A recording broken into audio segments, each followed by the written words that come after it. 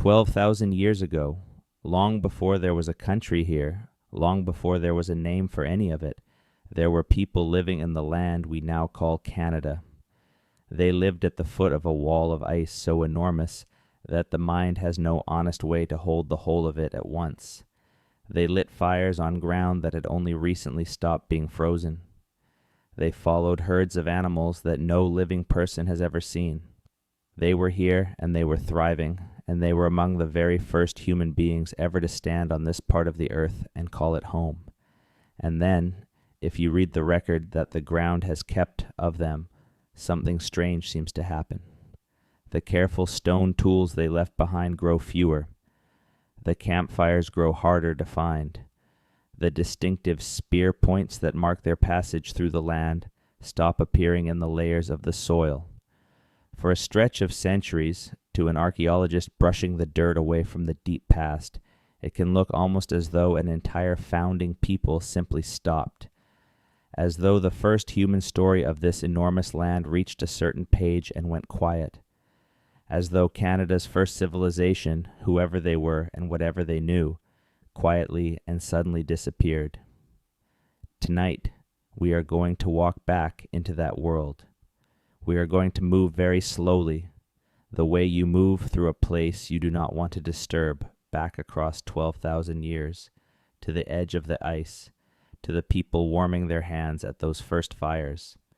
We are going to ask who they were, and how they came to be here, and what their lives were actually like.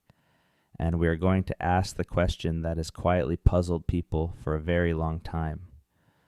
What really happened to them? Whether they truly vanished, or whether the word vanished is the wrong word entirely, and the truth is something far gentler and far stranger and far more comforting than the textbooks first made it seem. You don't need to stay awake for the answer. This is a story made for the edge of sleep, and it will still be here, unfolding quietly, whether your eyes are open or closed. Before we begin the long walk back, if you enjoy these slow journeys into the deep and forgotten past, take a moment to subscribe to the channel and to tap the small bell beside the subscribe button. That gentle bell is the only way to know when the next long story arrives, on the nights when you need something quiet to carry you down into sleep. You do not have to do anything else. You do not have to comment or think or remember. Just settle the blanket around your shoulders, let your body grow heavy against the bed, and let the sound of this voice be the last thread you are holding as the rest of the world goes soft and dark and far away. We are going back now, 12,000 years, to the edge of the ice. To understand what happened to the first people of Canada, you first have to understand the country they walked into, because it was not the country that exists today. It was not green, and it was not gentle, and across vast stretches of it there was no country at all in the way we would understand the word. There was only ice. Picture, if you can, a sheet of ice that begins somewhere near the Arctic and rolls south without interruption, covering almost the entire northern half of the continent. Not a glacier in a mountain valley, not an ice field you could walk around in an afternoon. A single continuous mass of ice that buried the place where Toronto now stands, and the place where Montreal now stands, and Winnipeg, and almost everything in between, under a weight of frozen water that in places stood 3 and 4 kilometers thick. Scientists call this the Laurentide ice sheet, and it was one of the largest features the surface of the Earth has carried in the last several million years. If you had stood on top of it, near its center, you would have seen ice in every direction, flat and white and endless, with the curve of the planet itself visible at the edges, and no living thing anywhere, and no sound at all except the wind. The weight of that ice was so immense that it physically pressed the crust of the earth downward, the way a heavy stone presses into soft ground. It pushed so much of the world's water up into itself, locked away as frozen white stillness, that the oceans of the entire planet dropped. Sea levels around the world fell by more than 100 meters. Coastlines that are now deep underwater stood dry and open to the sky.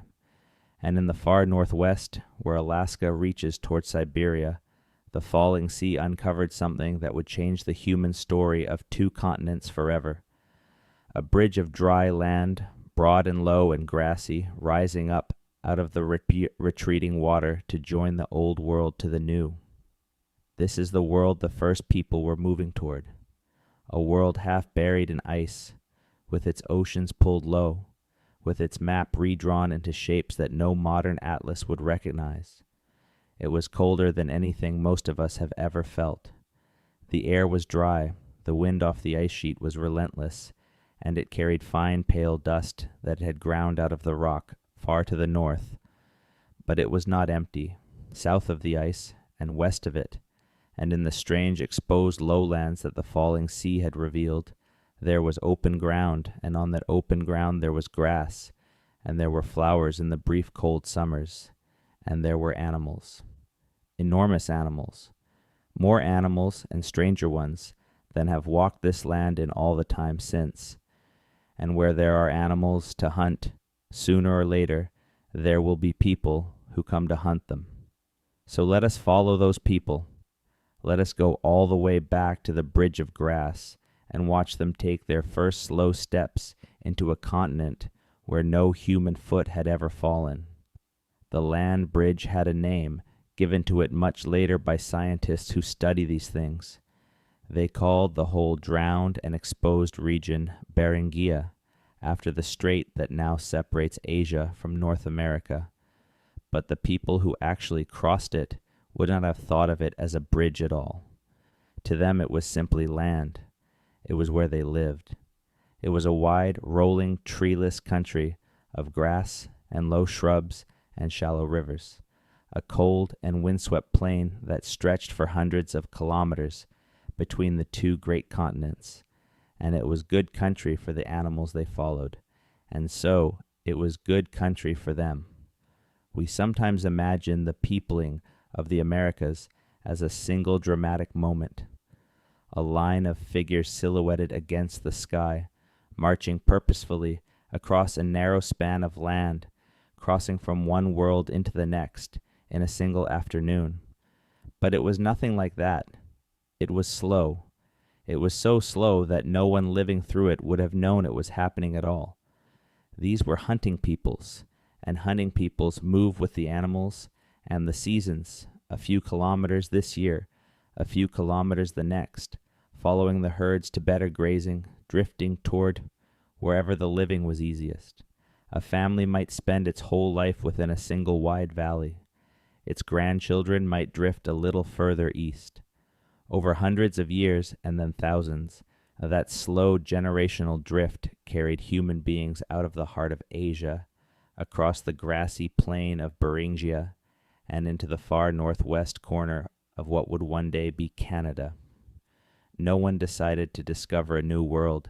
They simply followed the animals, and one cold generation at a time, the new world quietly arrived around them. But here the story reaches its first great obstacle, and it is an obstacle made of ice, because the people who drifted east across Beringia did not arrive in an open and welcoming land. They arrived at the edge of that vast Laurentide ice sheet, and for a long time the ice stood across their path like a wall at the end of the world. There was the land they had come from. There was the ice, and beyond the ice, unreachable, unknowable, lay the whole enormous southern half of the continent, warm and green and waiting and entirely empty of human beings.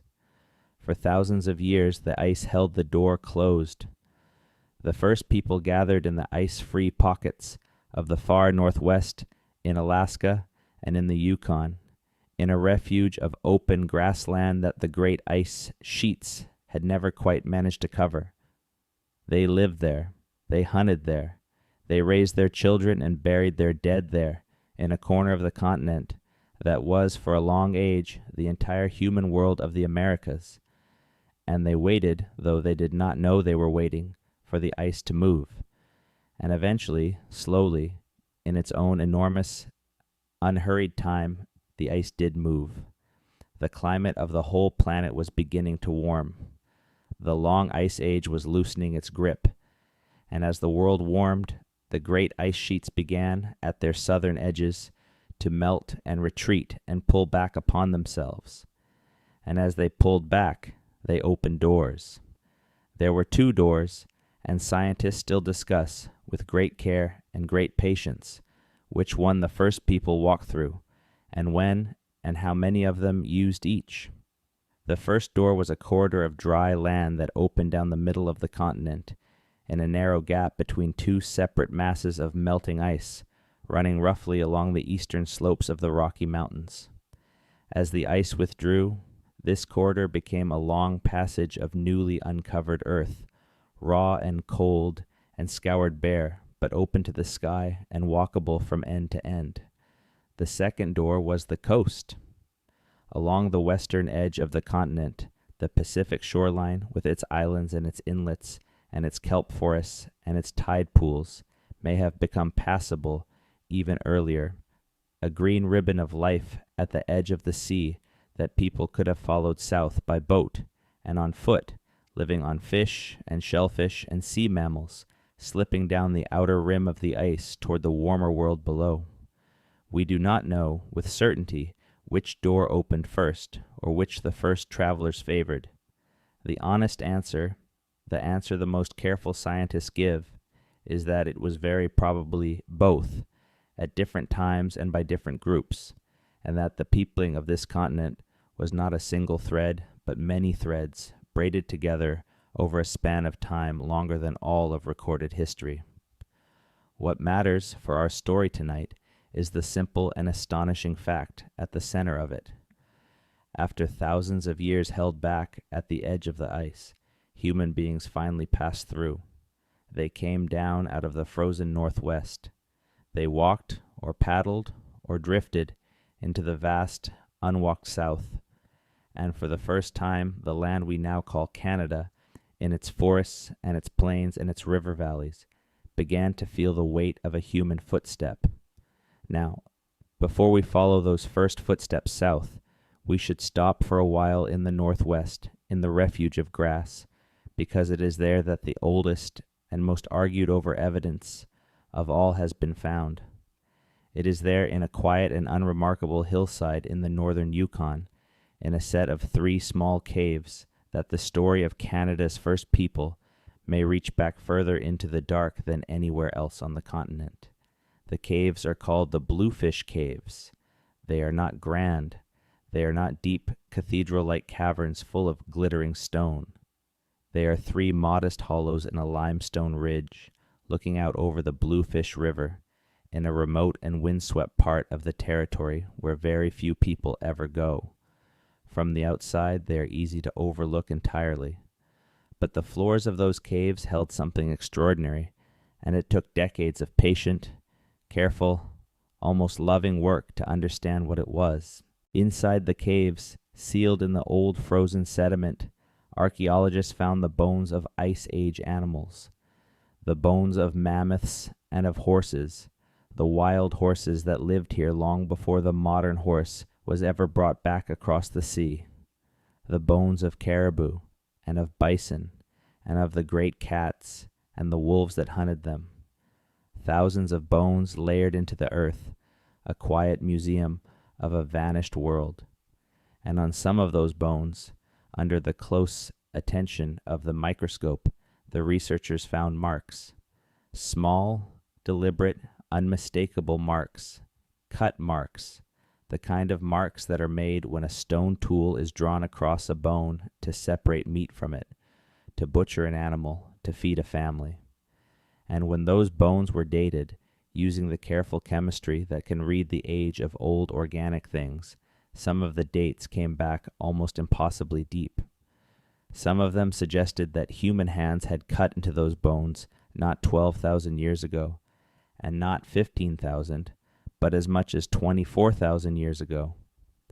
24,000 years, a span of time so long that it is genuinely difficult to feel the size of it.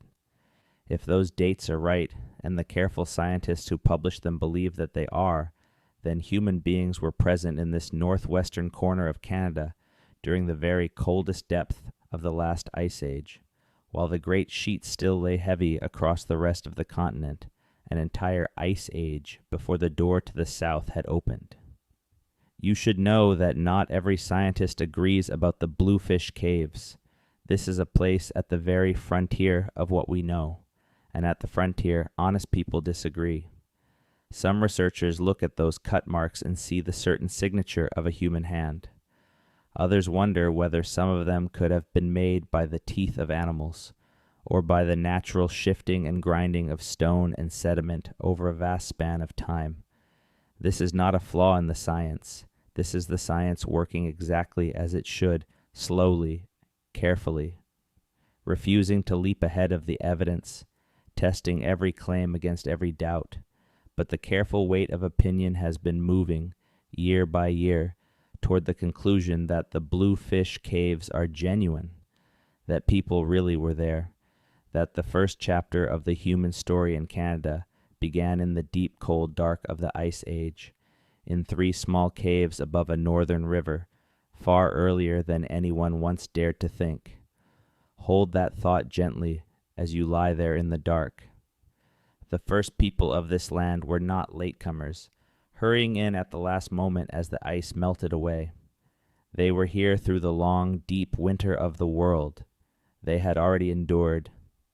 Now let us return to the great migration south, and to the people who walk the newly open land, because it is here, in the warming centuries after the ice began to pull back, that we meet the culture that has come to stand, in many tellings, for the first people of North America. We meet the Clovis. The name Clovis does not come from those ancient people themselves.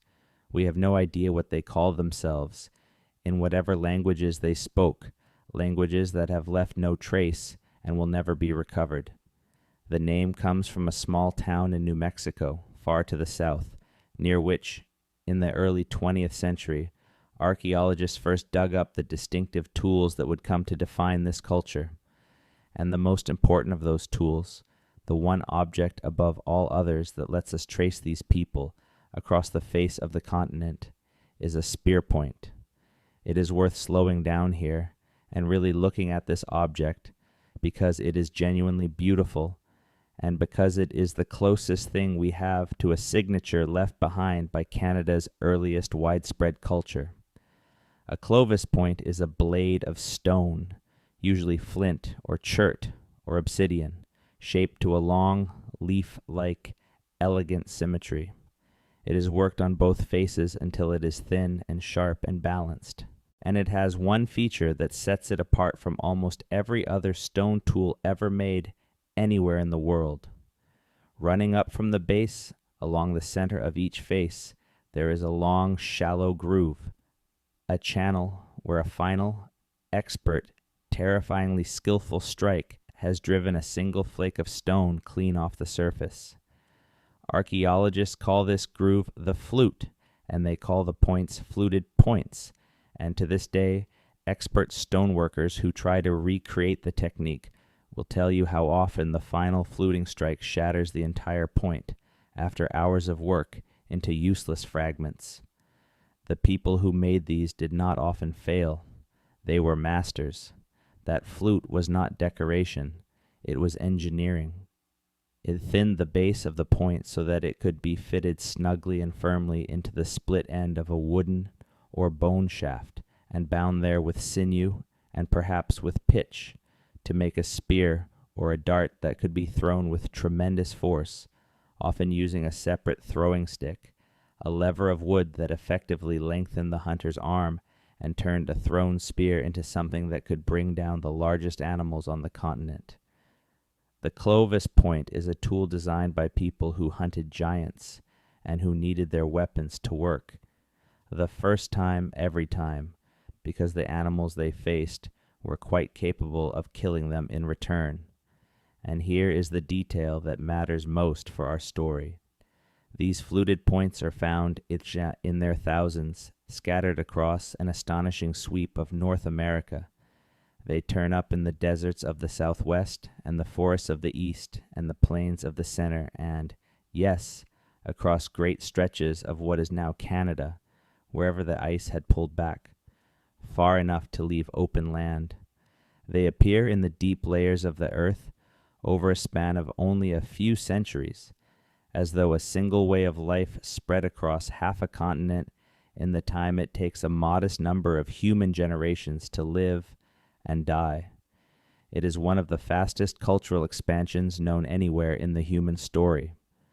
For a few brief centuries, from the edge of one ocean nearly to the edge of the other, people were making the same beautiful fluted blades, hunting in much the same way, carrying the same knowledge in their hands. This is the thing that some people, loosely and a little romantically, call Canada's first civilization. It was not a civilization in the way we usually mean that word. There were no cities here, no temples of cut stone, no kings, no written records, no marketplaces. But it was something. It was a shared body of knowledge, a shared and astonishingly skilled technology, a way of moving through the world that could be taught from parent to child and carried across thousands of kilometers of unknown country. It was a culture, and for a few centuries, it was everywhere. So let us step inside that culture. Let us leave behind the wide maps and the dates and the scattered points, and let us go down in our imagination to a single camp on a single evening 12,000 years ago, and let us sit quietly at the edge of the firelight and watch the first people of this land simply live. The camp is small. It is not a village.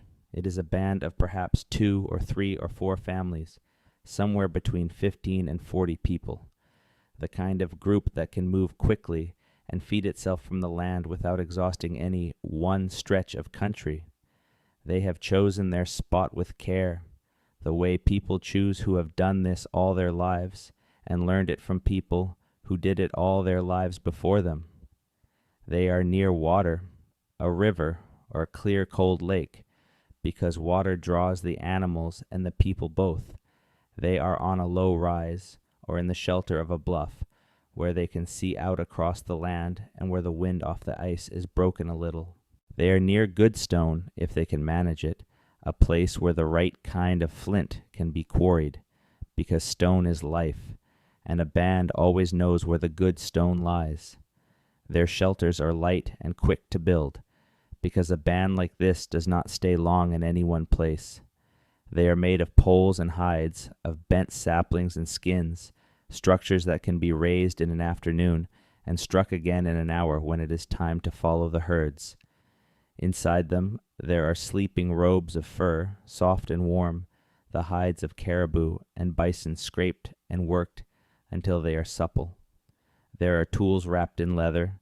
There are pouches of dried meat and rendered fat, of berries gathered in the bright summer and dried for the long cold. There is, in every shelter, the quiet accumulated wealth of a people who own only what they can carry, and who therefore make everything they own beautiful and useful and exactly enough. At the center of the camp, there is fire. There is almost always fire. The fire is the heart of the camp, the way the sun is the heart of the sky, and tending it is a constant and serious responsibility, because in this cold, dry, windy world, a fire is not a comfort, but a condition of survival. Around the fire, as the long subarctic evening comes down, the band gathers, and here is where you would see, if you could be there, that these were not simply hunters and gatherers and survivors. They were people, completely and recognizably people, as fully and as deeply human as anyone alive tonight. There are children, there are always children, and they are doing what children have always done, which is playing and getting underfoot, and being warned away from the fire, and being told to mind the little ones, and laughing. There are old people, and there are not many of them, because this was a hard world, and few lived to be truly old. But the ones who did were treasures beyond any price, because an old person was a library. An old person had seen things. An old person remembered the hard winter from 40 years ago and what the band had done to survive it, remembered where the good stone was 3 valleys to the north, remembered the songs and the stories and the long, careful knowledge of how to live in this country, and that memory, carried in a single aging mind, could mean the difference between a band that endured and a band that did not. There are the hunters, men, and very probably women both, resting now, mending equipment, retelling the day.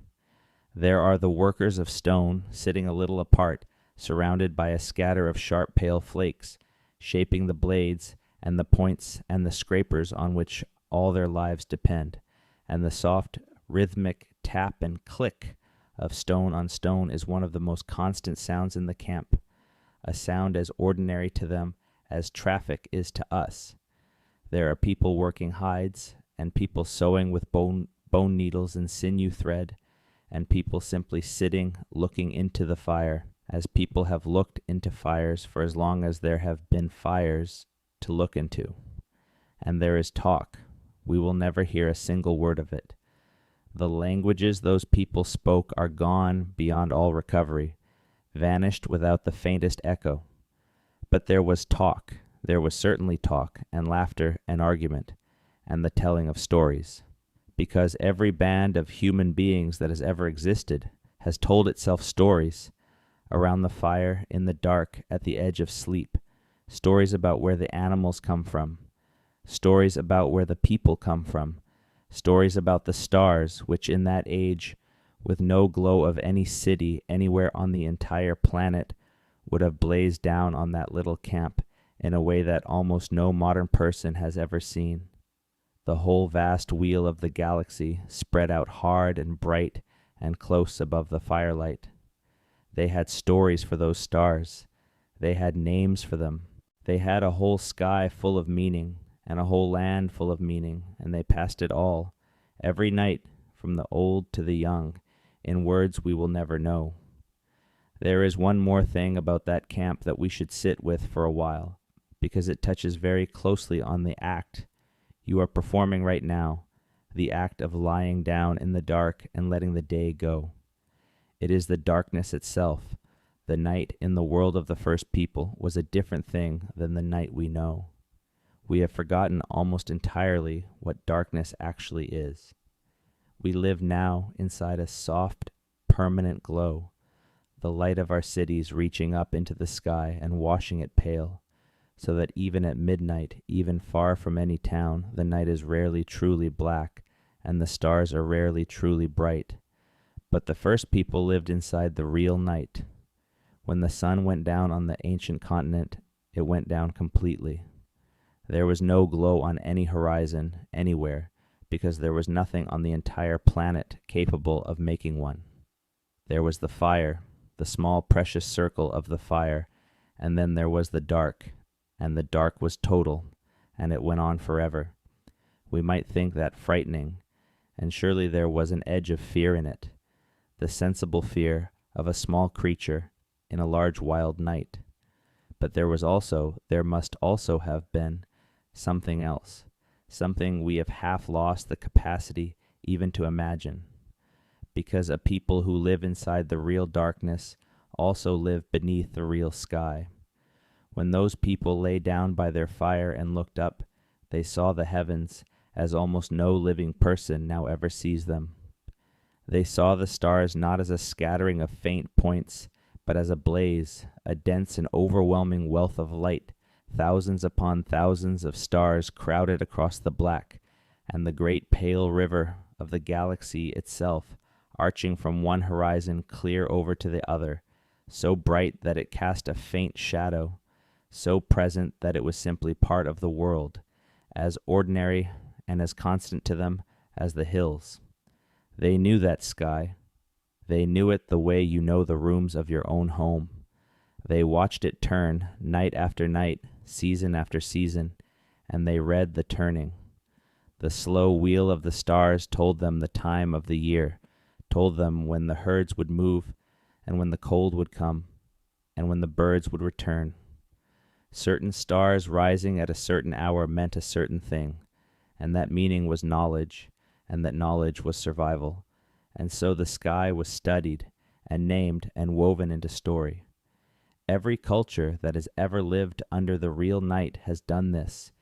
They have looked up at the same few thousand stars, and they have drawn lines between them, and they have hung stories on those lines, stories of animals and ancestors and journeys and origins.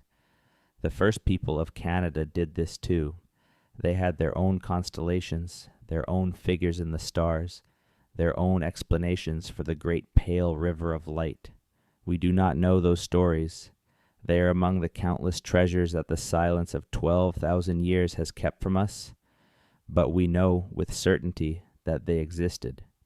We know that the children of that camp fell asleep beneath a named and storied and deeply familiar sky, and there is a strange comfort in that for you tonight, because the sky those children slept under is, very nearly, the same sky that is wheeling slowly over your roof right now. The stars are so far away and their lives are so enormously long that 12,000 years has barely moved them.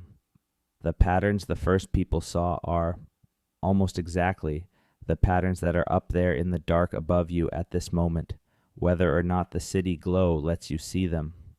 You and a sleeping child at the edge of the Laurentide ice are lying beneath the same handful of ancient lights. The sky is the one room in the whole vast house of the past that has not been locked. It is still here. It is still turning, and it has watched over every single night of sleep, every one that any human being has ever taken on this land, from the first fires to your own quiet pillow. That is the world we are talking about when we talk about the first people of Canada. Not a statistic, not a layer in the soil, a camp, and a fire, and children, and old people, and stories under a brilliant sky. Hold that picture as gently as you can, as your breathing slows, because that is what was here. That is what was alive. And that is what the rest of our story must account for, when it asks what happened and where they went. To truly understand the world of that little camp, though, we have to walk away from the fire and out into the dark, out onto the cold, open land, because the land around them was not the land you would find in Canada today. It held animals that would stop the breath of any modern traveler. The Ice Age was the age of giants, and the first people of Canada lived their entire lives in the company of giants. Begin with the largest of them. Begin with the mammoth. Across the open grasslands of Ice Age, Canada walked the woolly mammoth, an animal built like an elephant and clothed for the cold, covered in a deep shaggy coat of dark hair over a layer of insulating fat, with small ears to conserve heat and a high domed skull and two enormous curving tusks that could be longer than a tall man, and that the animal used to sweep snow from the grass it fed on. A full-grown mammoth stood as tall at the shoulder as a modern elephant, and in the cold, dry country it favored, herds of them moved across the land like slow brown weather. Try, for a moment, to stand among them.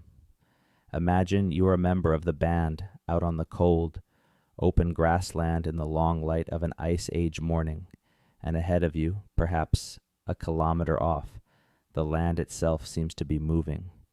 As you draw closer, the shapes resolve, and you understand that you are looking at a herd of mammoths, 20 of them, 30, the great matriarchs and the younger cows and the calves sheltered in among the legs of the adults. You would hear them long before you reach them.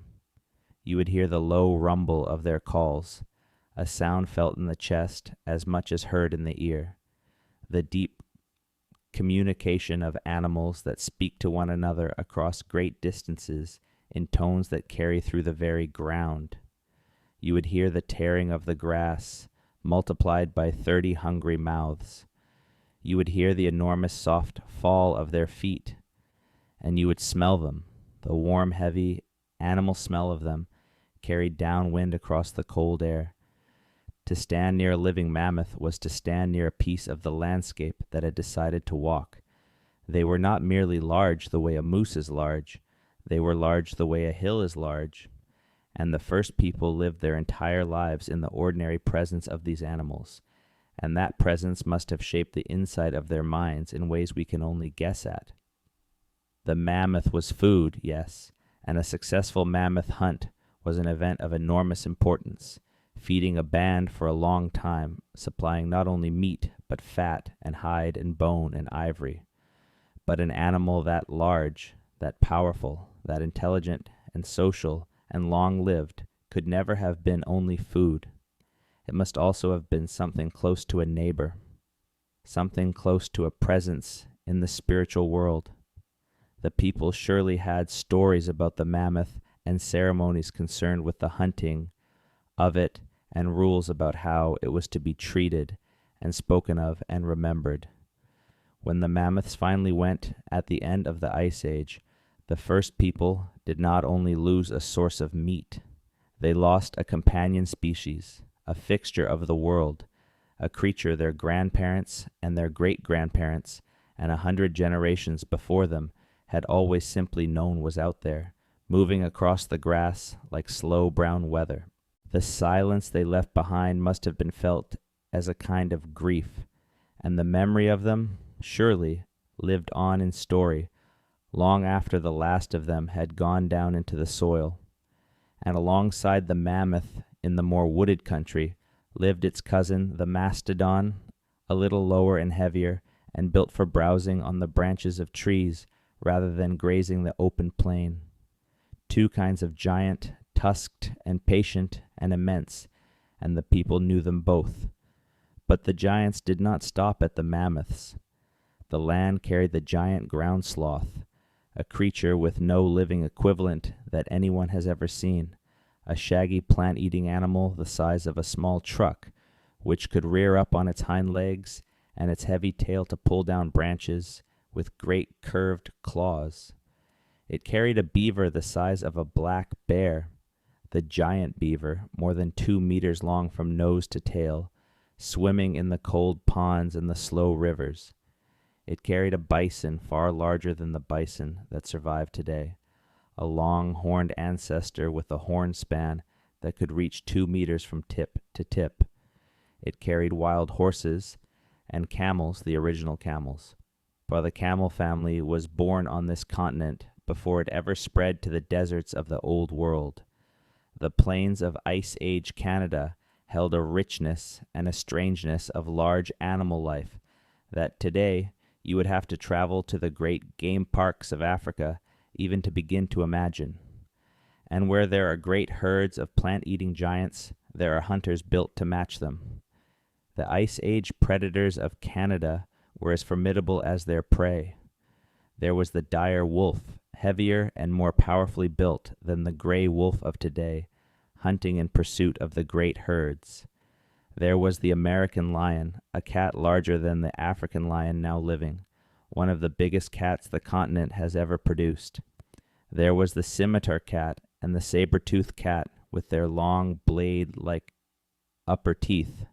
And there was, above all of them, the animal that may have been the single most fearsome predator the first people ever faced, the giant short-faced bear.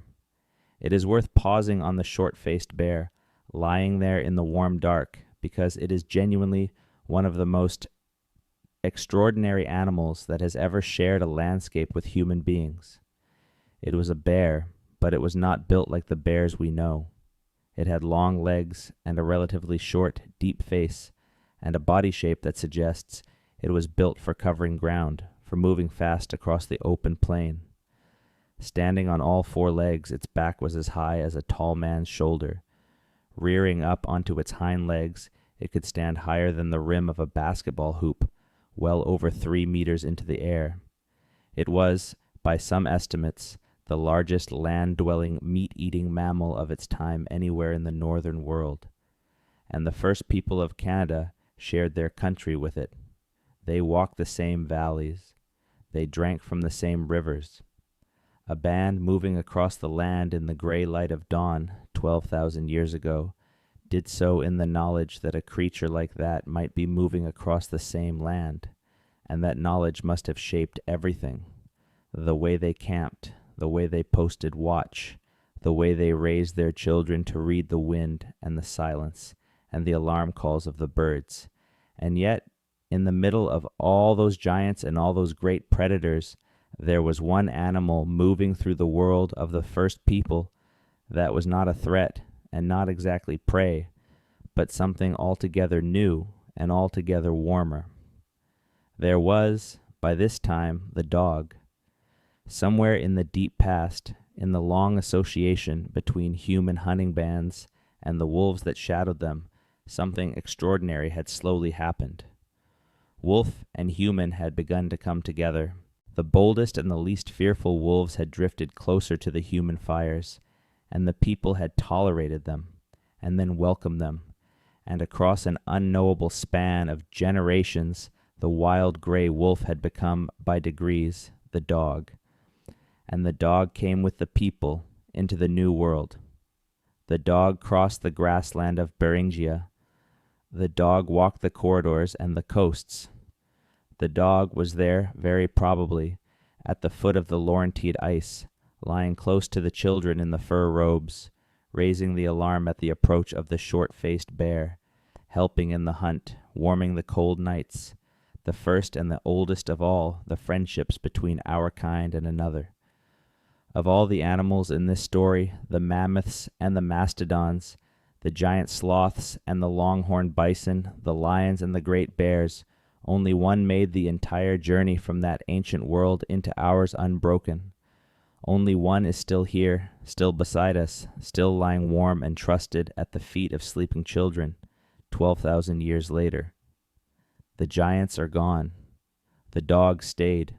And if you happen to have a dog of your own sleeping somewhere near you tonight, you might let this be one of the small quiet wonders you carry down into your dreams, that the soft breathing animal in your home is the living end of a thread of companionship that runs all the way back, unbroken, to the firelight at the edge of the ice. This is the world the first people mastered. Not a gentle world, not an easy one. A cold, vast, dangerous, magnificent world, full of animals, on a scale we have simply lost. And the people not only survived in it, they thrived in it. They learned it. They turned its giants into food and clothing and shelter and tools. The tusks of mammoths became the frames of dwellings and the shafts of weapons. The hides of bison became robes and tents. The bones became needles and scrapers and the points of spears. To live as those people lived was to hold in a single human mind an encyclopedia of the land and its animals so complete and so precise that no university degree today comes anywhere close to it. They knew the migration routes. They knew the calving seasons. They knew the signs of weather, the meaning of a particular cloud, the behavior of a herd that signaled a coming storm. They were not primitive. That word should be set down, gently and permanently, and never picked up again. They were experts. They were specialists. They were, in the truest sense of the word, at home, in a world that would kill almost any modern person within a week. And for a long, long time that world held. The climate, having begun to warm as the ice age loosened, kept warming. The great ice sheets kept retreating. The land kept opening, greening, filling with life and with people. If you had stood on a rise somewhere in that ancient country 12,500 years ago and looked out across the herds and the grass and the thin blue smoke of distant human fires, you would have had every reason to believe that this was simply how the world was and how the world would go on being. Slowly warming, slowly greening, slowly becoming kinder forever. And then the world changed its mind. This is the turning point of our whole story, the hinge on which the mystery of the disappearance swings, and so we are going to slow down here and move through it with great care, because somewhere around 12,900 years ago, give or take a little, after all those long centuries of warming, the climate of the northern world did something sudden and severe and to the people living through it, almost certainly terrifying. It reversed. The warming stopped, and then with frightening speed the cold came back. Scientists have a name for this event.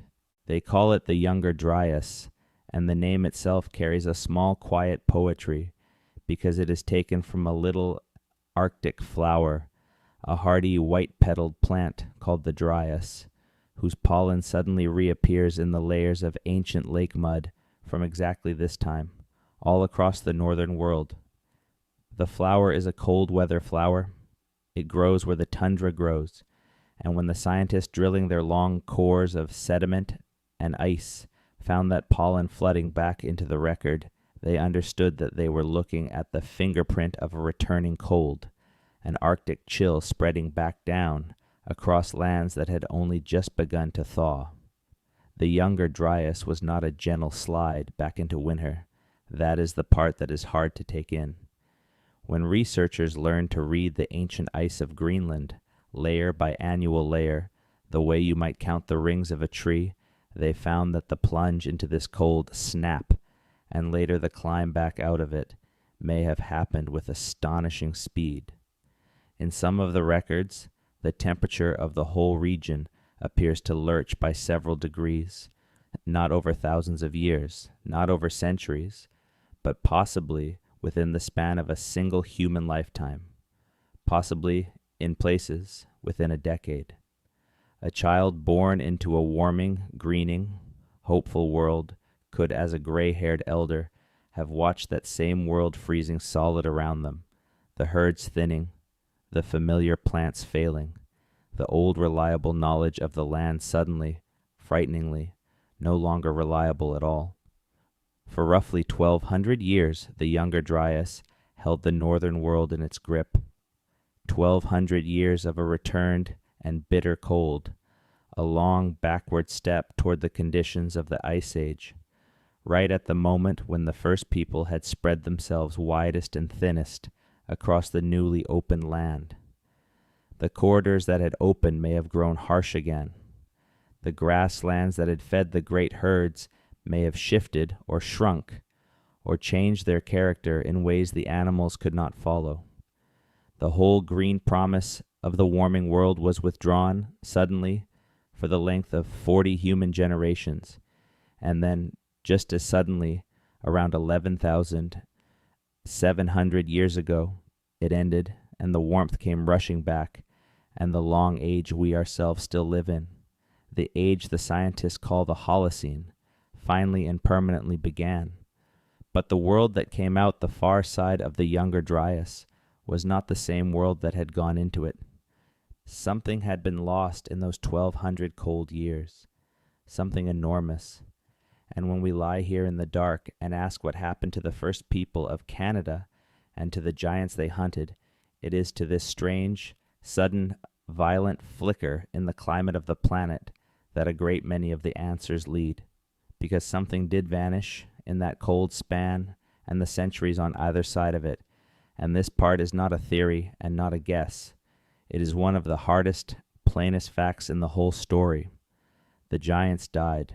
Across North America, in a window of time that brackets the Younger Dryas and the end of the Ice Age, the great Ice Age animals, the megafauna, the mammoths and the mastodons, the giant ground sloths and the giant beavers, the American lions and the short-faced bears, the longhorned bison and the native horses and the native camels, almost all of them, disappeared. Not all at once, not on a single dramatic day, but over a span of centuries they thinned and dwindled and fell silent until they were simply gone.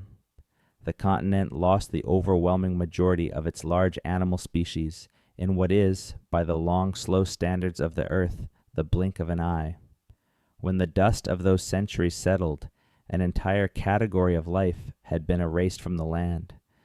The giants that the first people had hunted, the giants their grandparents had hunted, the giants that filled their stories and their winter nights were no longer anywhere in the world.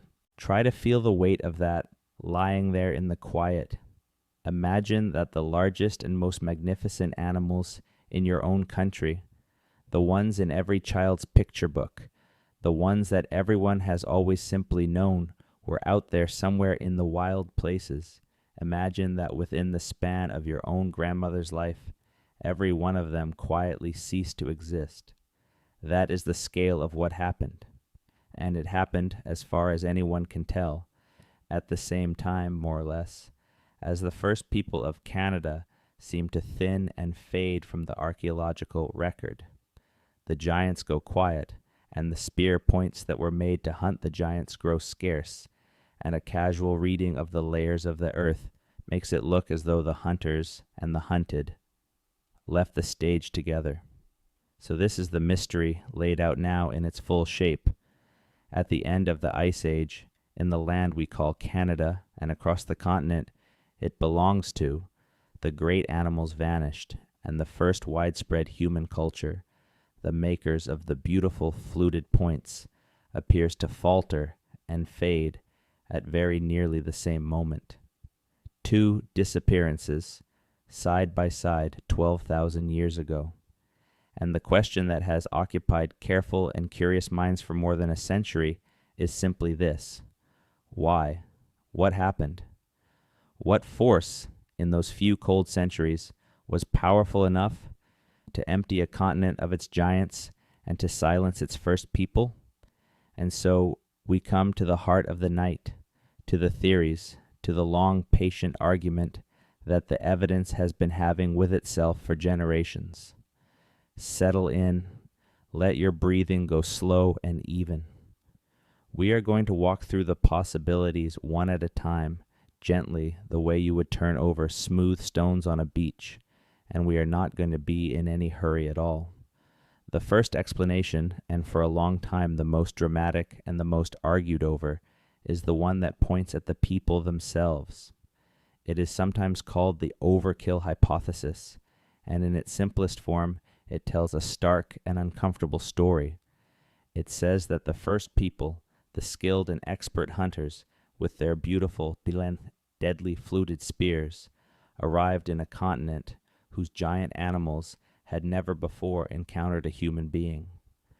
The mammoths and the ground sloths and the great bison had evolved alongside lions and wolves and bears, and they knew those enemies, and they had their defenses against them. But they had never seen an animal like us. They did not know to fear the small, slow, two-legged creature standing at a careful distance with a thrown spear. And by the time enough of them learned to fear it, the hypothesis suggests it was already too late. The hunters were too skilled, the spears too effective, and the giants, slow to breed and slow to mature, simply could not replace their losses fast enough. Over a few centuries of expansion, a thin and scattered human population, the story goes, hunted the largest animals in the Americas straight into oblivion. It is a powerful idea, and it carries a certain grim logic, and for decades it dominated the conversation. But the careful scientists who have tested it against the evidence have, over the years, grown steadily more uneasy with it. And it is worth understanding why, because the doubts are themselves a kind of quiet defense of those ancient people. For one thing, the human population of the continent at that time was almost certainly very small.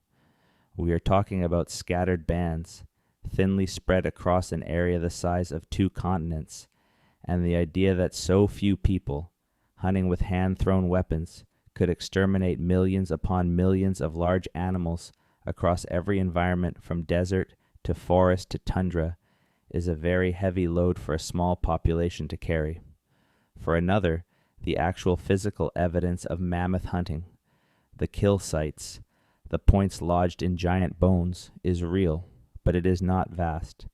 There are some such sites. There are not nearly as many as a true continent. Emptying slaughter would be expected to leave behind, and perhaps most troubling of all for the overkill idea, many of the animals that vanished were not the giant prey animals at all.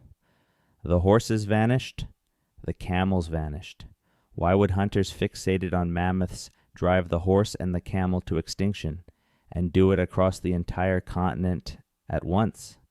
The overkill hypothesis, in its pure and simple form, struggles to answer that. It is not dead. Few good ideas in science are ever truly dead, but it has, with time, been gentled and qualified and folded into something larger. So let us turn over the next stone. The second explanation looks not at the spears, but at the sky and the air and the climate itself. It is, broadly, the climate hypothesis, and it argues that the true killer of the giants was the sheer violence and speed of the changes at the end of the Ice Age, with the younger Dryas at the center of it. Think again about what that cold snap meant. For more than 1,000,000 years, the great Ice Age animals had been superbly adapted to the cold, dry grasslands, the vast open plains of grass and herb that scientists sometimes call the mammoth steppe. That landscape was their whole world, and as the Ice Age ended, that landscape did not simply warm up and stay put. It came apart. The mammoth steppe, that enormous grassland that had stretched across the top of the world, fragmented and shifted, and in many places was replaced by dense forest, or by waterlogged bog, or by tundra of a kind that could not support the same teeming herds. The food the giants depended on did not just shrink. It changed into something else. And then, in the middle of all that upheaval, the younger Dryas slammed the climate back and forth with a speed that gave nothing time to adjust. Animals that breed slowly and mature slowly, animals that need vast territories and specific plants, are exactly the animals that cannot survive a world that keeps changing the rules every few generations. The climate hypothesis says, in essence, that the giants did not die of spears. They died because the ground itself, the grass itself, the very stage they had performed upon for 1,000,000 years, was pulled out from under them in a few short centuries. This idea, too, has its difficulties, and the honest scientist names them. The Ice Age animals had survived previous warmings. The Ice Age was not one long, unbroken freeze. It had cycled many times through colder and warmer phases, and the giants had come through those earlier cycles intact. Why should this particular warming at the end of this particular Ice Age have been the one that killed them, when they had weathered so many before? Something about this ending was different. Something about this ending was worse. And that question, the question of what made this one different, is what leads many researchers to suspect that the real answer is not any single cause at all. But before we arrive there, we must turn over one more stone, and it is the strangest and most spectacular stone of the lot, and it is the one that comes closest to the dramatic word in our title, the word suddenly. Because there is a hypothesis, genuinely debated by genuine scientists, which proposes that the younger Dryas, the great cold snap itself, was triggered by a catastrophe from space. This is the younger Dryas impact hypothesis. In its core form, it suggests that around 12,900 years ago, the Earth was struck, or was closely passed and showered, by the fragments of a comet or an asteroid. Not necessarily a single great crater blasting impact, but perhaps a swarm of fragments exploding in the atmosphere in a series of enormous airbursts over the ice sheets and the northern lands. The proponents of this idea point to a particular thin layer in the soil, found at a number of sites across North America and beyond, dating to exactly this moment, a layer they say is unusually rich in certain telltale materials. Tiny spherules of melted rock, microscopic diamonds, so small they are called nanodiamonds, of a kind that can be forged by sudden enormous shock and heat, soot and charcoal hinting at vast wildfires. They argue that this layer is the scorch mark of that catastrophe, and that the impact, by hurling dust and smoke into the high atmosphere, by destabilizing the ice sheets, by perhaps disrupting the great currents of the ocean, plunged the northern world into the younger Dryas freeze almost overnight.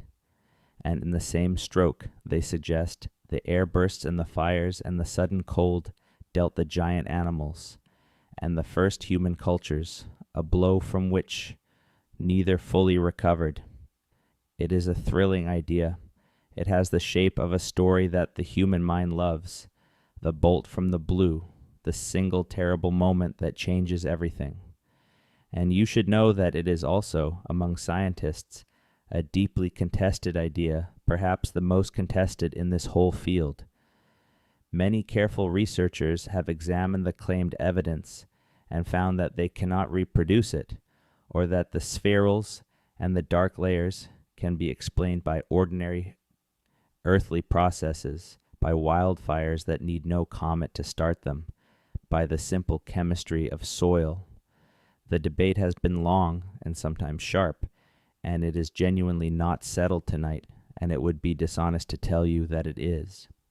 The impact hypothesis sits where the most interesting science always sits, out at the edge of the known, neither proven nor quite dismissed, waiting for the next careful study, and the one after that, to slowly tip the balance one way or the other. For our purposes, lying here in the dark, it's enough to know that it exists, and that some serious people believe the cold may have come not as a slow turning of the seasons of the world, but as a sudden blow out of the night sky. And there is one more possibility, quieter than the others, and we should give it its moment too. Some researchers have wondered about disease, about the possibility that the movement of people and animals at the end of the Ice Age, the mixing of populations that had long been separated, allowed some illness, some plague among the great herds, to spread through animals that had no resistance to it. It is the hardest of all the hypotheses to test, because disease, unlike a spear point or a layer of soot, leaves almost nothing behind for an archaeologist to find. It remains a faint and shadowy possibility mentioned for completeness, impossible to prove, and impossible to rule out. So there they lie, the smooth stones, turned over and set side by side, the hunters and their spears, the shifting, collapsing climate, the blow from the sky, the silent spread of disease. And here is the thing that the most thoughtful voices in this field have been saying, more and more clearly, for years now. The answer is probably not one stone. The answer is probably all of them. Picture it not as a single killer, but as a world placed under many pressures at once, all of them pressing in during the same few cold centuries. Imagine the giants already strained by a climate that was tearing their grasslands apart and reassembling them into forest and bog. Imagine them already stressed, their herds already shrinking, their ranges already broken into smaller and smaller islands of suitable land. And now, imagine a population of skilled human hunters moving through that weakened world, taking animals that, in a healthier age, the herds could easily have spared, but that now, with everything else pressing in, they cannot. And imagine, perhaps, on top of all of that, a sudden violent shock, whether from the sky or simply from the wild machinery of the climate itself, arriving at the worst possible moment when there was no slack left in the system, no margin, no room for one more blow. No single one of those pressures might have been enough, but together, braided together, arriving together, they may have been more than the old Ice Age world could bear. And so the giants went down, not murdered by one hand, but worn away by many, in a world that had simply stopped being the world they were built for. That is the picture most careful scientists now hold, and it is, in its way, a humbler and a truer picture than any of the single dramatic answers. It does not give us a villain. It gives us a system, under strain, passing a threshold, and it gently lifts a great weight off the shoulders of the first people. They were there. They were hunting. They were part of the world that changed, but they did not, alone with their spears, empty a continent. The continent was emptied by the ending of an age, and they were simply living through that ending, the way you and I are living through our own. But this brings us at last back to the people themselves, and to the central and most haunting question of our night.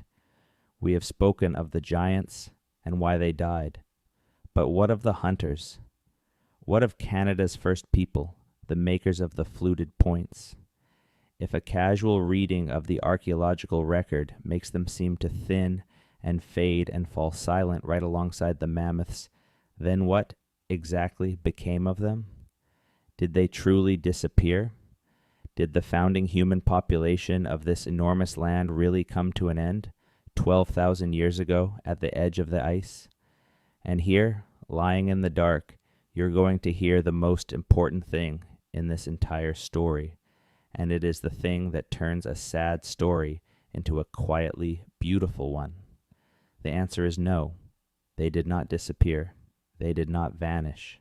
They did not come to an end. And to understand why the record ever made it look as though they did, we have to think very carefully and very gently about what a disappearance in the archaeological record actually is.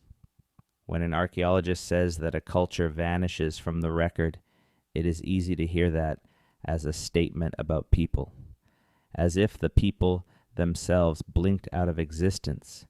But that is not what the words mean. What actually vanishes is not a population. It is a signature. It is a particular style of stone tool. It is a way of doing things that leaves a recognizable mark in the earth. And a signature can vanish for the simplest and least tragic reason in the world. It can vanish because the people who made it were still very much alive and still very much here, and simply changed. Think about what the beautiful fluted point actually was. It was a tool, and more than a tool, it was a solution. It was a brilliant, specialized answer to a specific problem, and the problem was how to kill the largest animals on the continent. The Clovis point was, in a sense, a mammoth hunting technology. It was the perfect instrument for a particular world. And then that world ended. The mammoths went. The mastodons went. The giants the great fluted spear had been designed to bring down were no longer walking the land. And so, quite naturally, quite sensibly, the people stopped making a mammoth hunting tool because there were no longer any mammoths to hunt. They did not stop existing. They stopped making one specific kind of spear point, and they started making others. And this is not a guess. This is exactly what the deeper, more patient reading of the archaeological record actually shows.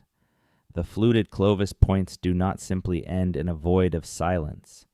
They are followed in the layers of the earth by new kinds of points, by a whole family of later styles that archaeologists studying the open plains of Canada and the central continent have gathered under names like the Plano cultures, the plains hunters of the long centuries that followed. These later points are still beautiful. They are still made with extraordinary skill. But they are different. Many of them lose the flute, because the flute was an answer to an old question. Many of them are shaped instead for a new way of life, for the hunting of the animal that, when the giants were gone, became the great sustaining presence of the open Canadian plains. The bison. Not the colossal longhorned bison of the deep ice age, but its descendant, the bison that would carry the human cultures of the plains for the next 10,000 years, all the way down to a time within living memory. Do you see what that means, lying there in the quiet? The thread does not break. The thread bends. The people who had been Clovis hunters became, over generations, something else. Their grandchildren hunted bison where their grandparents had hunted mammoth. Their tools changed because their world changed, and a people who can change their tools to match a changing world are not a people who are dying. They are people who are succeeding. They are people doing the single most human thing there is, which is adapting, learning, surviving, carrying the knowledge forward, and reshaping it to fit the day. The apparent disappearance of Canada's first civilization is, when you look at it closely and with patience, not a death at all. It is a transformation. It is one chapter of a story closing and the very same hands turning the page and beginning the next. There is, in the science of all this, a wonderful and faintly mischievous way of putting it that you may carry with you towards sleep. The first people of the Americas never went extinct, the saying goes, because their descendants are reading this sentence. The line was never broken. From those ice age bands at the foot of the Laurentide ice, from the makers of the fluted points, from the hunters of the great vanished giants, the human story of this land runs forward without a single missing link, unbroken, generation handing to generation, all the way to the present moment, all the way to the people who live on this land today. And that is the part of the story that the dramatic word in our title, the word suddenly, can so easily hide from us, because the first people did not suddenly disappear. The first people of Canada became the peoples of Canada. They became, over the unimaginable depth of the 10,000 years that followed, the hundreds of distinct nations and cultures and languages that covered this land from coast to coast to coast, when the first European ships finally appeared on the horizon a mere few centuries ago. They became the great fishing cultures of the Pacific Northwest coast, with their cedar houses and their towering carved poles. They became the hunting peoples of the northern forests, who could read 1,000 kilometers of trackless woodland the way you read a familiar street. They became the buffalo nations of the Great Plains, whose entire civilization moved with the herds.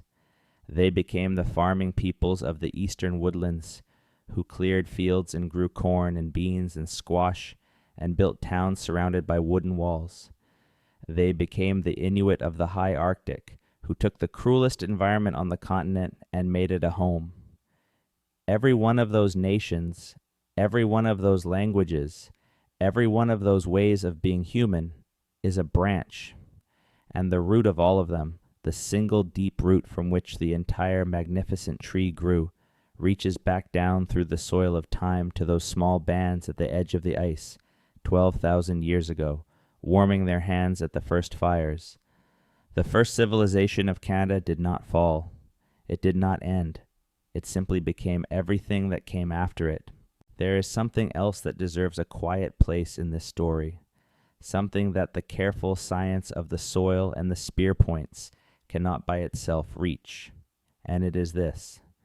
The descendants of those first people did not only carry forward the tools and the hunting skills and the deep knowledge of the land, they may also have carried forward the memory. For a very long time, the people who study the deep past in the way the universities study it tended to treat the spoken traditions of indigenous nations, the stories passed down by voice across the generations, as something separate from real history, as legend, as folklore, as something charming perhaps, but not the kind of thing you could put beside a radiocarbon date and take seriously. That attitude has been changing slowly, and it has been changing because, again and again, the old stories have turned out to be carrying something real. Consider what an oral tradition actually is in a culture that has no writing. It is not a casual thing. It is not a story told loosely around a fire and forgotten by morning. In many indigenous cultures, the keeping of the histories was a serious and disciplined responsibility entrusted to particular people, checked and corrected and rehearsed, passed from one trained memory to the next with a care that we, who simply write things down and lose the books, can scarcely imagine. A spoken tradition, properly kept, can be a remarkably stable and accurate vessel. And some of the traditions of this continent appear to be very, very old. There are stories told by nations along the Pacific coast of a time when the sea was different, when the shoreline lay elsewhere, when the land reached out into places that are now deep water, And we know from the science that this is true. We know that at the end of the Ice Age, the sea was 100 meters lower, and that coastlines the people once walked are now drowned far offshore. There are stories in various nations of the land itself rising, of the ground lifting up out of the water over the long memory of a people. And we know from the science that this is true as well, that when the unimaginable weight of the ice sheets melted away, the crust of the earth, freed of its burden, slowly rose, and is rising still, lifting old beaches high above the modern tide. There are stories that seem to remember floods and shaking ground, and the long cold, and the changing of the animals. We cannot always know with certainty how deep any single story reaches, but the pattern is clear enough and humbling enough that the most thoughtful researchers no longer dismiss it. It is entirely possible that somewhere in the living oral traditions of this continent there are threads of memory that reach back, unbroken, voice to voice, across 10,000 years and more, to events that the first people witnessed with their own eyes, the melting of the ice, the drowning of the old coasts, the last of the giants. If that is so, and it may well be so, then think about what it means. It means that the disappearance we set out tonight to explain was never really a disappearance at all, not even of memory. It means that the first people of Canada may never have fully lost their grip on their own deep past. It means that the answer to our question, the question of what happened to them, was, in a sense, being quietly held all along, not only in the layers of the soil for the archaeologists to find, but in the living voices of their own descendants, who never stopped telling it. And those descendants are not a memory. They are not a closed chapter. They are here. This is the truth that should settle over you now, as warm and as steadying as the blanket you are lying under. The first people of Canada have descendants alive in Canada today, in their hundreds of thousands, in the First Nations and the Métis and the Inuit, in more than 600 distinct First Nations communities, speaking dozens of languages that are themselves the living grandchildren of tongues that have been spoken on this land since before the ice withdrew. The story did not end 12,000 years ago. The story did not end at all. It is still being told. It is still being lived. The people who lit those first fires at the foot of the Laurentide ice have right now, tonight, descendants going about their lives across every province and territory of this country, carrying within them the longest unbroken human connection to this land that exists, 12,000 years and more, parent to child, without a break. And this is not only a story now, it is something the science itself has confirmed, in its own careful language. In recent years, researchers have learned to read the faint traces of ancient genetic material, the DNA preserved in very old human remains, and to compare it with the DNA of people living today. And when they have done that work with great care, and where they have done it in respectful partnership with the descendant communities themselves, the answer has come back clear and consistent. The most ancient human remains of this continent, the people of the deep past, are genuinely, biologically, the ancestors of the indigenous peoples of the present. The line that archaeology suggested, and the line that oral traditions always insisted upon, is the same line that genetics has now traced. There is no mystery left to hide in. The first people of Canada and the first peoples of Canada are one continuous, unbroken family, and the science and the stories, for once, say exactly the same thing. So when someone asks, in the dramatic shorthand of a title, why Canada's first civilization suddenly disappeared, you now know the gentle and the truthful answer. It is that they did not. The premise of the question, the disappearance itself, dissolves the moment you look at it closely and with patience and with care. What disappeared was a particular style of beautiful stone spear point, and it disappeared because the giant animals, it was designed to hunt had gone, and the people, being skilled and adaptable and very much alive, simply made different tools for a different world.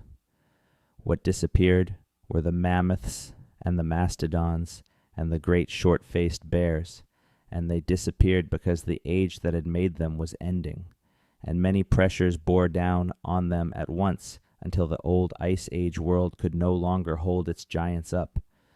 But the people did not disappear. The people changed and adapted and endured and multiplied and spread across every landscape this vast country contains, and became the rich tapestry of nations that were here fully and deeply at home long before anyone arrived from across the sea, and who are here still. It is, when you hold the whole of it in your mind, a story not of ending, but of astonishing endurance. Think of what those first people came through. They came through the deepest cold of an ice age in 3 small caves above a northern river. They waited out thousands of years pressed against a wall of ice at the edge of the world.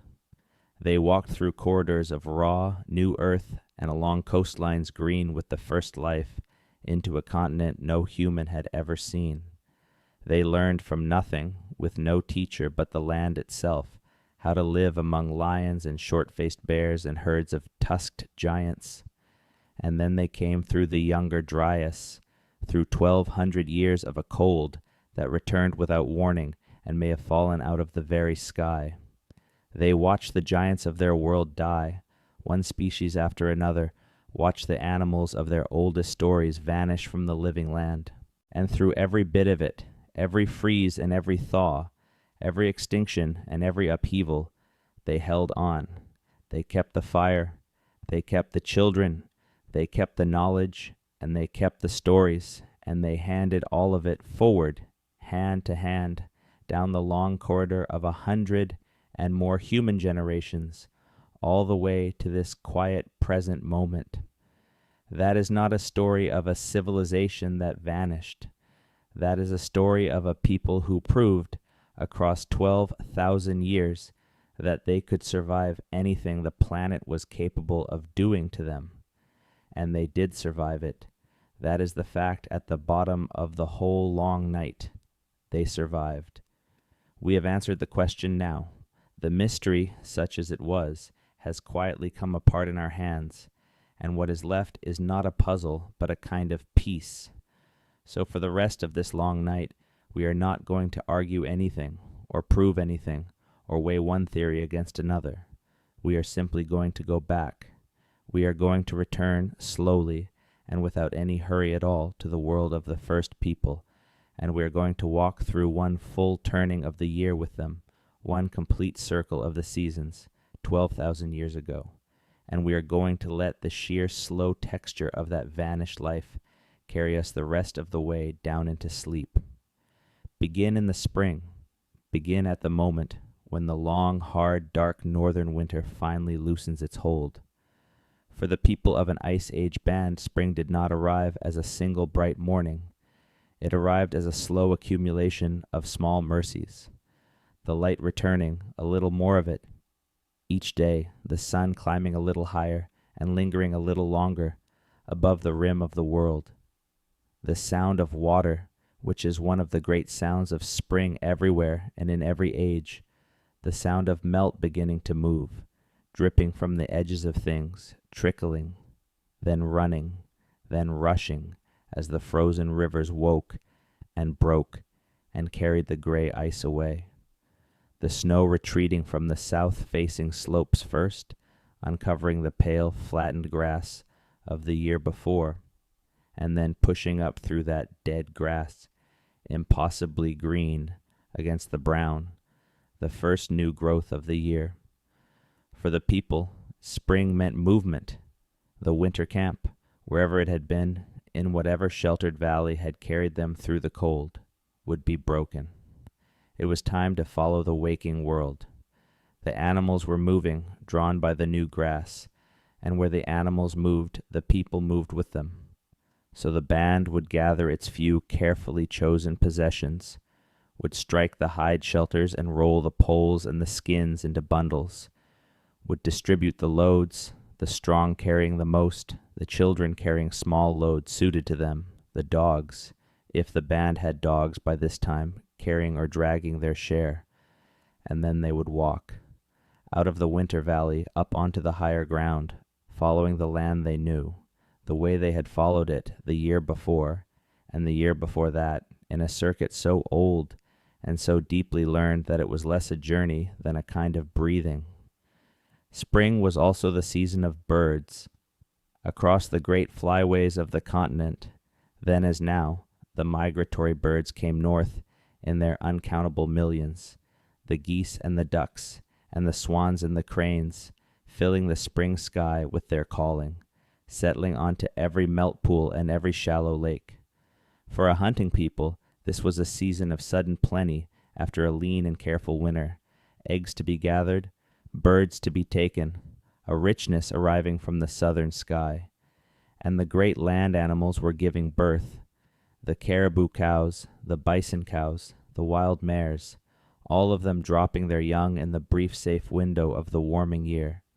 The band would not hunt the new mothers, or not heavily.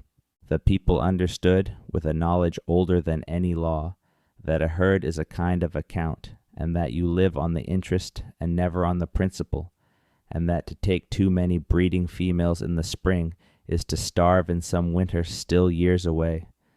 They had no need to be told this. It was simply part of what it meant to know how to live.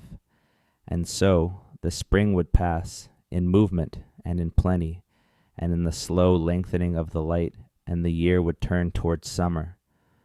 Summer, in the world of the first people, was the great wide season.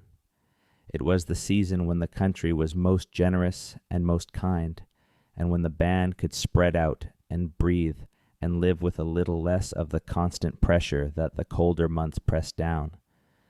The days near the top of the continent grew enormously long, the sun barely setting, the sky holding a soft gray light through what should have been the middle of the night, and in that endless light the land did everything it could do. The grass grew tall, the herds grew fat, the shallow lakes warmed and teemed, the berry plants flowered, and as summer deepened, began to set their fruit. This was the season of gathering, and it is worth saying clearly that the first people did not live by hunting alone. The image of the Ice Age band as nothing but a line of spear-carrying hunters stalking mammoths is a half-truth, and like most half-truths, it leaves out the larger part. A very great deal of what those people ate, and a very great deal of the work that filled their days, was the patient gathering of the plant foods and the small foods that the land offered in their seasons. The roots and the tubers that could be dug from the damp ground with a pointed stick. The berries, gathered by the handful and the basketful in the height of summer, eaten fresh in a sweetness that must have been one of the great pleasures of the year, and dried and pounded together with fat and dried meat into a dense, sustaining food that could be carried and stored against the winter. The greens and the shoots, the bird eggs, the fish, taken from the rivers and the lakes with spear and with net and with weir, in some places in such abundance that the catching and the drying of fish was the great labor of the whole summer season. The world was a pantry for those who knew it, and the first people knew it completely, every shelf of it, every corner.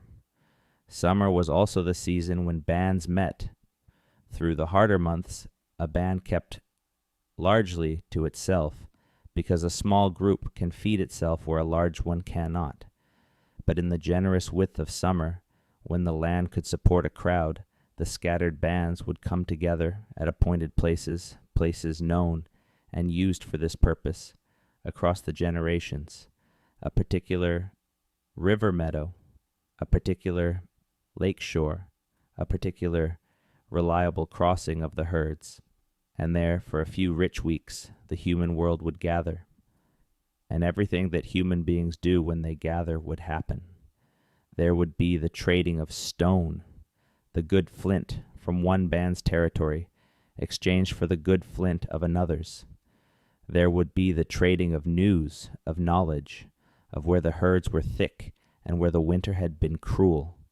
There would be the arranging of marriages, young people from different bands meeting, being matched, the careful weaving of the human web that kept the scattered groups bound to one another and kept the blood of each band fresh.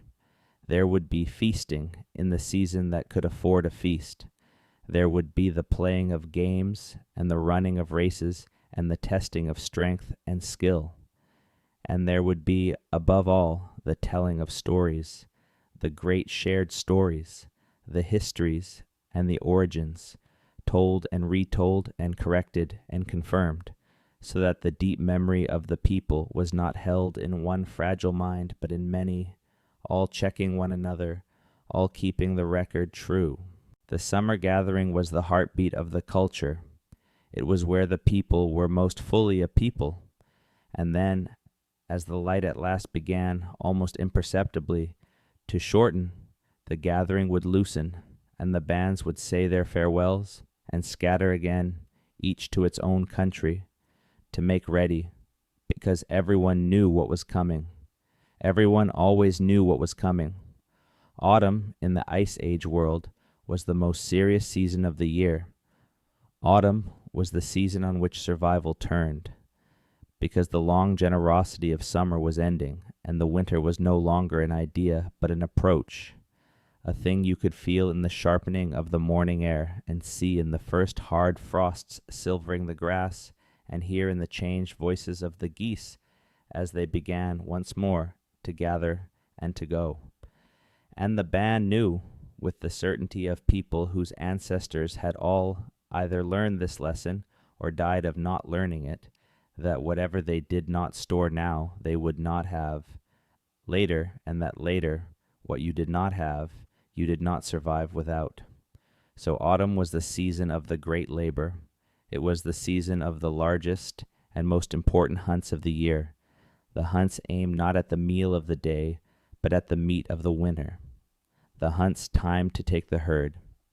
Animals, when they were at their fattest, gorged on the summer grass, carrying the thick layers of fat that a body, human or animal, needs to burn through a subarctic winter.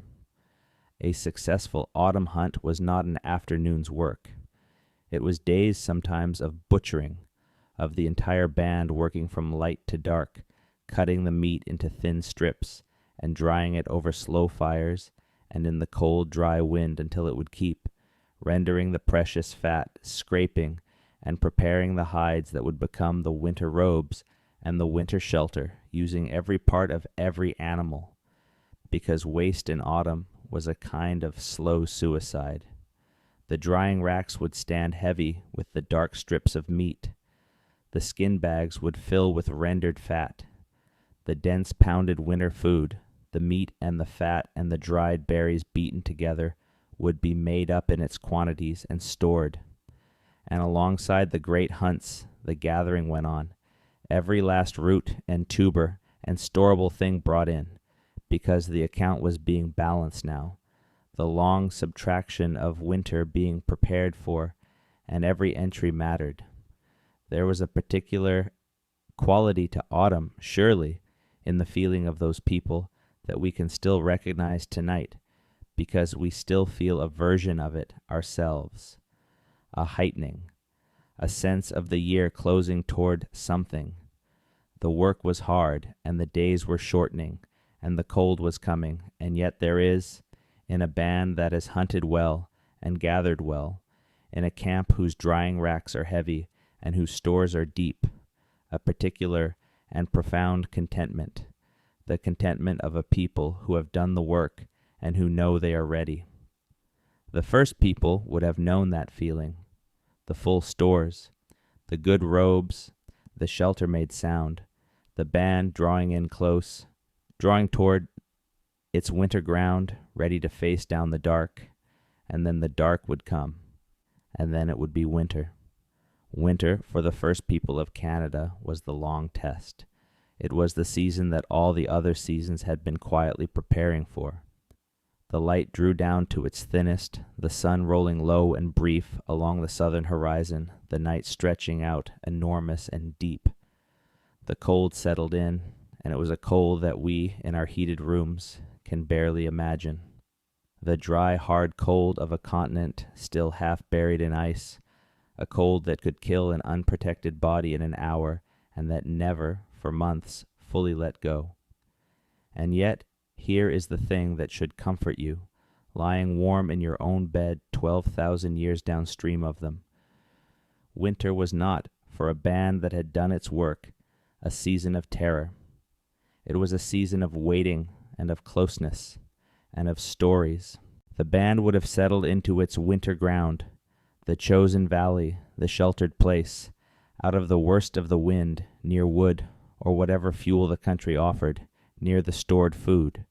The shelters would be banked and snugged against the cold, made as warm as skill and material allowed. And inside them, through the long nights, the people would simply be together. This was the season of the fire and the voice. With the great outdoor labors of the warm months done, with the herd scattered and the gathering finished and the world locked down, under snow, the winter band turned inward, toward the hearth, toward one another. The work of winter was quieter work, the indoor work, the making and the mending, the shaping of new tools against the coming year, the careful repair of everything that the hard use of summer had worn, the working of hides into clothing, the sewing with bone needles, the women and the men both, hands busy in the firelight. The teaching, too, for winter was when the children had the time and the closeness to truly learn, to be shown the making of a point flake by flake, to be told the names of things, to be walked, in words, through country they would not see again until the spring. And the stories, above all, in the deep of winter, the stories. In a great many of the cultures descended from those first people, the telling of the oldest and most sacred stories was, by custom, a winter activity, something done only when the snow was on the ground, and it is not hard to feel why. Winter was when there was time. Winter was when the band was gathered close in the dark, with the night stretching long ahead. Winter was when the human voice, telling of the origin of the people, of the shaping of the animals, of the deeds and the journeys of the old time, could fill the shelter and hold the cold and the dark at a distance, and knit the listening band together into one warm remembering thing. The children would fall asleep to those voices, exactly, perhaps, as you are drifting now. They would lie in the fur robes, warm in the middle of an entire continent of ice, and listen to the old voice telling the old story, and the story would carry them down, night after night, all through the long winter into sleep. And then, at the far end of it, the light would begin, by the smallest of increments, to return, and the band would have come through, and the whole great circle would begin to turn again, toward the spring, toward the moving water and the returning birds, toward another year in the long, long life of the first people. That was their world, turning and turning, season into season, the circle unbroken, for a span of time so vast that the mind simply slides off the edge of it. And here is something quiet and astonishing to carry toward your sleep. That world has not entirely vanished. The ice is gone, and the giants are gone, and the bands and their fires are 12,000 years in the dark. But the land remembers them. The land that those people walked still carries, all across modern Canada, the visible signature of the age they lived in, and once you know how to see it, you can never quite stop seeing it. The next time you find yourself somewhere in the Canadian Shield, that vast ancient region of exposed rock across the center and east of the country, look at the rock itself. Look at how it has been smoothed and rounded and polished. Look for the long parallel scratches, the grooves running across the bare stone in a single consistent direction, as if some enormous hand had dragged a rake across the country. Those scratches have a name. They are called glacial striations, and they were carved by the Laurentide ice sheet itself, by the stones frozen into the base of that moving ice, scoring the bedrock as the glacier ground its slow way across the land. They are the literal fingernail marks of the Ice Age. The first people may have walked across that very rock while it was still being scratched. Look, too, for the boulders that do not belong. All across Canada you can find great rocks, some of them the size of houses, sitting alone in the middle of a field or a forest made of a kind of stone that exists nowhere in the surrounding country. Geologists call them glacial erratics, and they are travelers. Each one was picked up by the ice, somewhere far to the north, frozen into the glacier, carried for tens or hundreds of kilometers, and then, when the ice finally melted, set gently down in a place it had no earthly business being. Every erratic is a small monument to the journey of the ice. The first people would have known those boulders. Some of them, surely, became landmarks, meeting places, named stones in a named country. Look at the lakes. Canada holds an enormous share of all the fresh water and all the lakes on the entire surface of the earth, and that is not an accident. The ice did that. The grinding of the glaciers gouged out the basins, and the melting of the glaciers filled them, and the great water-rich landscape of modern Canada, the country of 100,000 lakes, is in a very real sense the meltwater of the Ice Age, still lying where it pooled when the ice let it go. The Great Lakes themselves, that vast inland sea on the southern edge of the country, were carved and shaped by the advance and retreat of that same ice. The first people watched some of those lakes being born, and the land is still moving. Here is perhaps the strangest and most wonderful trace of all. We said earlier that the weight of the ice was so immense that it pressed the very crust of the earth downward. When the ice melted away, that weight was lifted, and the crust began, slowly, to rise back up, the way a cushion slowly rises after you stand up from a chair. And that rising is not finished. It is happening right now. Across large parts of Canada, particularly around the shores of Hudson Bay, where the ice was thickest and heaviest of all, the land is still rising, still rebounding, still recovering from the weight of a glacier that finished melting thousands of years ago. It rises by something on the order of a centimeter or so each year, which sounds like nothing, but which, over the long centuries, lifts old beaches, meter by meter into the air, strands old shorelines high and dry above the modern water, and slowly, gently reshapes the map. The country, in the most literal way imaginable, is still standing up after the Ice Age. The first people lived on a continent that is, to this very day, still rising beneath the feet of their descendants.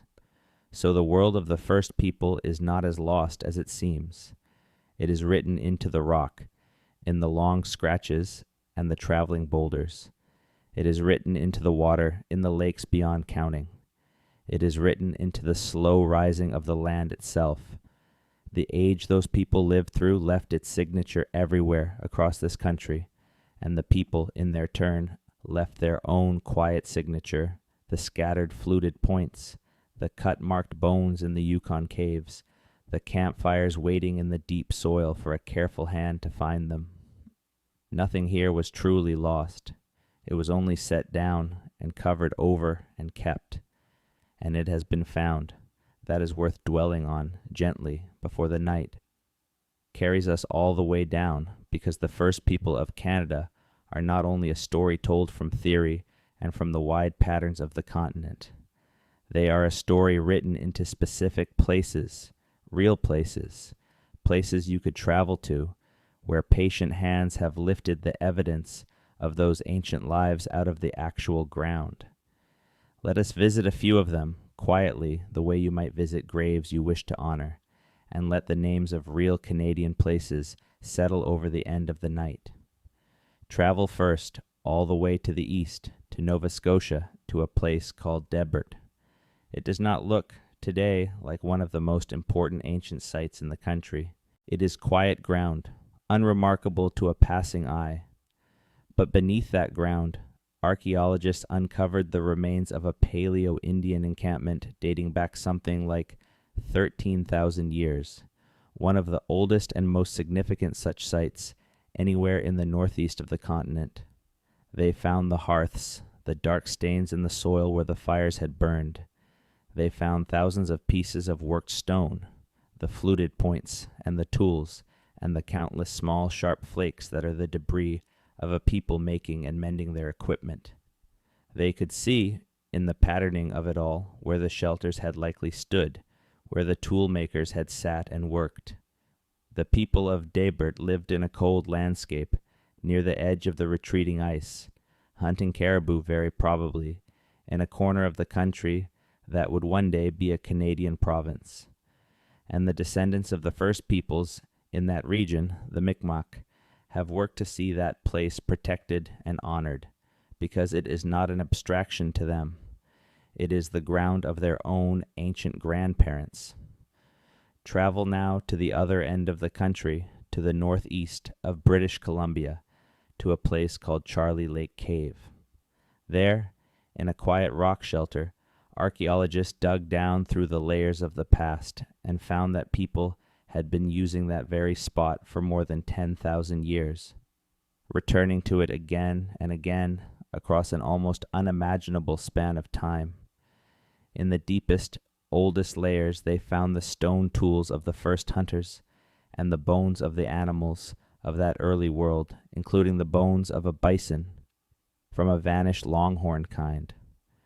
And they found something else, something that reaches across the millennia and touches the heart directly.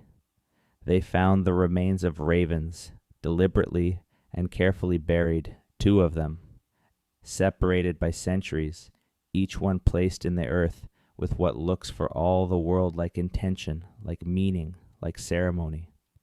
We will never know the story behind those buried birds, but the raven is a powerful and sacred figure in the traditions of many of the peoples of that region.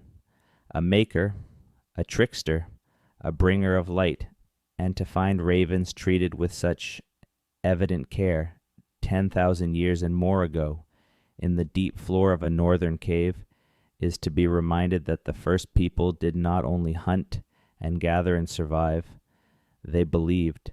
They held the world to be full of meaning. They had a spiritual life as real and as deep as anything in the world tonight. Travel to the mountains, to the Bow Valley in Alberta, near the town of Banff, to a place called the Vermilion Lakes. There, where today the tourists photograph the peaks reflected in the still water, archaeologists found the traces of some of the earliest people of the Canadian Rockies, campsites more than 10,000 years old, set out on the floor of a valley that the ice had only recently surrendered. Those people warmed themselves by fires within sight of the same mountains that stand there now, the same stone faces, the same skyline. The mountains have not changed, only everything else has. Travel to Ontario, to Manitoulin Island in the great fresh inland waters, to a place called Shigyanda, where a hill of fine quartzite stone became, in the deep past, something like a quarry and a workshop for ancient tool makers, a place people came to gather the raw material of survival. Travel to the prairies, where countless sites record the long 10,000-year story of the bison hunters, the people who, when the giants were gone, built an entire enduring way of life around the great herds, a way of life that included the astonishing communal hunts, the carefully engineered drive lanes, the places used across hundreds of generations where the land itself was shaped into a tool for feeding a nation. You do not need to remember these names. Debert, Charlie Lake, Vermilion Lakes, Shigyanda. They are simply offered to you, quiet stones laid down in a row, as proof that the first people were real, that they were here, that they lived in places that still exist and still have names, and that careful and respectful hands, often working closely with the descendant nations whose ancestors these were, have lifted the evidence of those lives back up into the light. The first people left a country full of their own quiet monuments. We are only, slowly and with care, learning to read them. And now, as the night draws toward its deepest and quietest hour, let us do one last gentle thing together. Let us try, just for a little while, to truly feel the size of the time we have been speaking of. Because the number 12,000 years is easy to say and almost impossible to feel, and there is a particular kind of peace that comes from making the honest effort to feel it. 12,000 years. Start with something you can hold. A human life, a long full one, is somewhere near 80 years. Lay one of those lives down, end to end, against 12,000 years, and you would need 150 of them. 150 long, full human lifetimes, laid one after another in an unbroken line, just to reach back from tonight to the people at the edge of the ice. 150 grandmothers, each one holding the hand of the next, stretching back and back into the dark. Or count it in the way the generations actually pass, parent to child, roughly every 25 years or so. 12,000 years is something like 480 generations. 480 times a person has held a newborn child and understood that the future now belonged to that small breathing weight in their arms. 480 handings on from the band at the foot of the Laurentide ice all the way to the present, an unbroken relay of care across the entire age, and not one single link of it ever failed, because if even one link had failed, the line would have ended, and it did not end. Now set human time aside altogether, because human time, even 480 generations of it, is still too small a ruler for what we are trying to measure. Think, instead of all, of written history. Every empire you have ever heard the name of, every pharaoh, every emperor, every king and queen in every book. The pyramids of Egypt, which seem to us the very image of unreachable antiquity, are somewhere near 4,500 years old. The first cities of the world, the first writing, the first wheels, are perhaps 5,000 or 6,000 years behind us. All of that, the entire pageant of recorded human civilization, the whole of what we usually mean when we say the word history, fits comfortably into the time since the first people of Canada were already here. They were here, hunting at the edge of the ice, before the first word was ever written down anywhere on earth. They were here for 6,000 years, and then 6,000 years more, and somewhere in that second, 6,000 years, off on the far side of the planet, people they would never know about began, for the first time, to scratch the first marks of the first, writing into the first clay. The first people of Canada are not part of history. They are older than history. History is the recent part. History is the thin, bright layer at the very top. There is something in that thought that can frighten a person if they meet it in the wrong mood, the sheer crushing depth of the time, the smallness of a single life against it. But there is also, and this is the thing to carry down into sleep with you, something in it that is the very opposite of frightening, because you are not separate from that depth of time. You are standing on top of it. You are the most recent moment of an unbroken story that runs back 480 generations and more, and every one of those generations, every single one, did the work of surviving, did the work of caring for the next link, kept the fire and kept the children and kept the knowledge alive through cold and famine and upheaval, so that the line could continue, so that there could be a tonight, so that there could be a you. The people at the edge of the ice did not know your name. They could not have imagined your world, the warm room, the soft bed, the voice speaking quietly to you out of a small bright device, the the whole impossible apparatus of the present, but they were working for you anyway. Every band that hunted well so that its children would not starve, every elder who passed the stories on so that the knowledge would not be lost, every mother who carried a child through a hard winter, was, without knowing it, reaching forward across the entire depth of that time, keeping the thread unbroken, making sure that the long human story of this land would still be going on, still be alive, still be capable of holding a single quiet, wakeful person in the dark 12,000 years later. They did not vanish. They reached you. The line runs all the way from their firelight to your bedside, and it never broke, and it is not going to break tonight. So let that be the thought that the rest of the night is built on. Not loss, not disappearance, not a civilization that suddenly ended in the cold, but an almost unimaginable endurance, a thread of human warmth and human care, drawn out across 12,000 years and never once snapped, running quietly beneath your pillow at this very moment, holding you the way it has held every sleeper in this land since the first fires were lit.